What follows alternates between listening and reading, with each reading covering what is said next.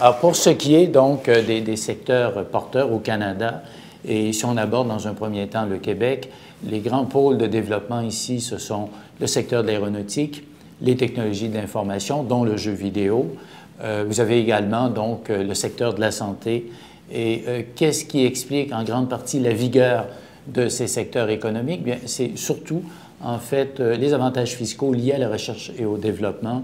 On a les crédits d'impôt à la recherche et au développement les plus performants au monde, ce qui amène beaucoup d'entreprises à faire de la recherche, donc ici, dans les secteurs que je viens d'évoquer. Évidemment, si on va à l'extérieur du Québec, vous avez entre autres la Colombie-Britannique et l'Alberta. Évidemment, vous avez un secteur de richesse naturelle qui est très important dans le secteur minier, dans le domaine gazier et pétrolier. Et je dois rappeler également que le Québec vient d'adopter il y a plus d'1 an le Plan Nord qui vise le développement des richesses naturelles au nord du Québec. Et c'est un plan très prometteur qui va entre autres susciter pas mal d'investissements au Québec dans les secteurs miniers et gaziers. En raison de l'accord de libre-échange qu'on a conclu il y a plus de 20 ans maintenant avec les États-Unis, donc les entreprises qui, par exemple européennes, qui fabriquent localement ici, ont accès au marché américain en franchise de droits de douane.